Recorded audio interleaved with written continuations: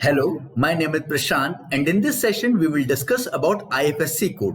So जो IFSC code होता है इसका काम क्या होता है? IFSC कोड के थ्रू हम क्या करते हैं, हम एक बैंक से दूसरे बैंक फंड ट्रांसफर कर रहे होते हैं। तो इसका जो वर्क है वो फंड ट्रांसफर में यूज होता है। ये जो है ये बैंक का एक यूनिक एड्रेस होता है, ये बैंक के एड्रेस को रिप्रेजेंट करता है। सो इंडिया में जितने भी बैंक है, हर एक बैंक का सबका अपना एक आईएफएससी कोड होता है और ये जो आईएफएससी कोड होता है वो जितने भी बैंक्स इंडिया में उनके एड्रेस को रिप्रेजेंट कर रहा होता है, उनके एड्रेस को रिप्रेजेंट कर रहा होता है। ये जो आईएफएससी कोड होता है ये अल्फा न्यूमेरिक फॉर्म में होता है। ये जो कोड होता है ये अल्फा न्यूमेरिक फॉर्म में होता है और ये जो कोड होता है ये आपका 11 डिजिट का होता है, 11 डिजिट का कोड होता है। भारत में जितने भी बैंक हैं, चाहे वो पब्लिक हो, चाहे वो प्राइवेट हो, चाहे वो ग्रामीण बैंक हो, चाहे लोकल एरिया बैंक हो, कोई भी बैंक हो, हर एक बैंक का अपना एक आईएफएससी कोड होता है, हर एक बैंक का अपना एड्रेस होता है और उसका जो एड्रेस होता है वो कोडिंग फॉर्म में होता है, कोड फॉर्म में होता है। और ये जो कोड होते हैं ये 11 डिजिट के होते हैं और अल्फा न्यूमेरिक होते हैं। आइए और इसे अच्छे से समझते हैं। जैसे कि अगर हम बात कर ले, हम फॉर एग्जांपल एक आईएफएससी कोड लेते हैं एक बैंक का नाम है एसबीआई और इसका आईएफएससी कोड है SBIN 012345 6।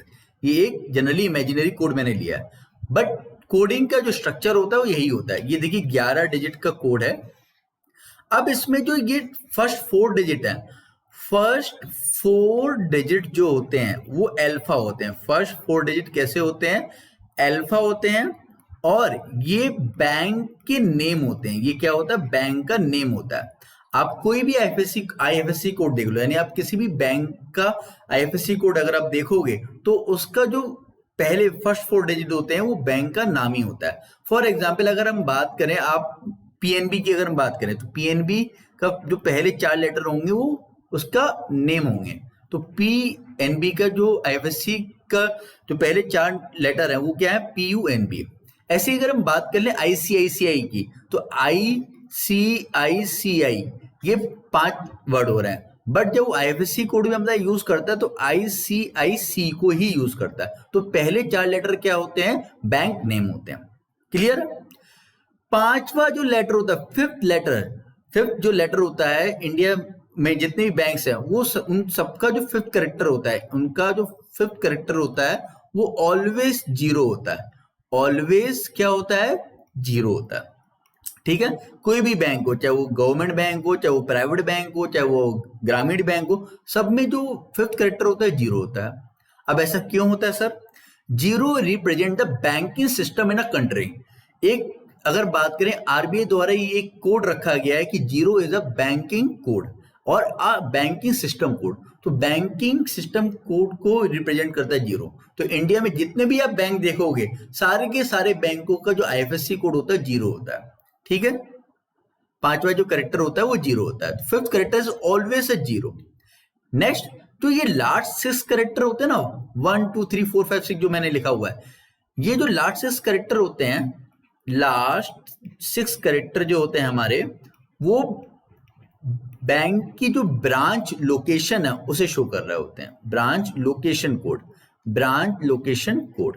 फॉर एग्जाम्पल जैसे हम दिल्ली की बात करें, दिल्ली में जो लक्ष्मी नगर है तो लक्ष्मी नगर का ब्रांच लोकेशन कोड अलग होगा।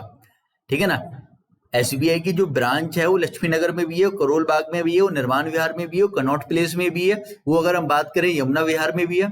अब अगर हम बात करें ये जो लास्ट के 6 डिजिट होते हैं ये उसकी लोकेशन कोड होते हैं। ठीक है? कि लक्ष्मी नगर में ये किस लोकेशन पर है। अब लक्ष्मी नगर में भी अगर हम बात करें आपको एसबीआई की 2 से 3 ब्रांचेस मिल जाएंगी। ठीक है ना? 2 से 3 ब्रांचेस मिल जाएंगी। अब उसकी हर एक ब्रांच की अलग अलग लोकेशन कोड होती है। तो यहाँ पे जो लास्ट 6 कैरेक्टर हैं वो उसकी लोकेशन कोड को शो कर रहे होते हैं। क्लियर है?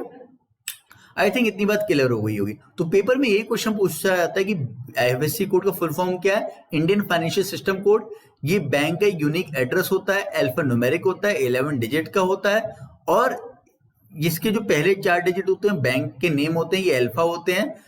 5वां कैरेक्टर हमेशा 0 ही होता है और लास्ट 6 कैरेक्टर बैंक ब्रांच के लोकेशन कोड होते हैं।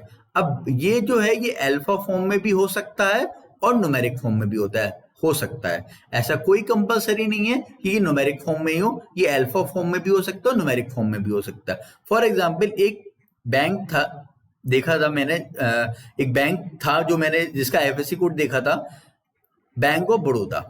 अब इसका जो स्टार्टिंग के 4 लेटर, इसके नाम है बैंक ऑफ बड़ौदा, जीरो हमारा ऑलवेज जो बैंक की बैंकिंग कोड को रिप्रेजेंट कर रहा है, और इसके जो लास्टेस्ट कैरेक्टर थे वो MATHUR थे। ये मथुरा का एक बैंक था जो रिप्रेजेंट कर रहा था उसकी लोकेशन को। तो यहाँ पे अगर हम बात करें, आईएफएससी कोड आपका अल्फा भी हो सकता है, न्यूमेरिक भी हो सकता है। आइए इसका नोट देख लेते हैं।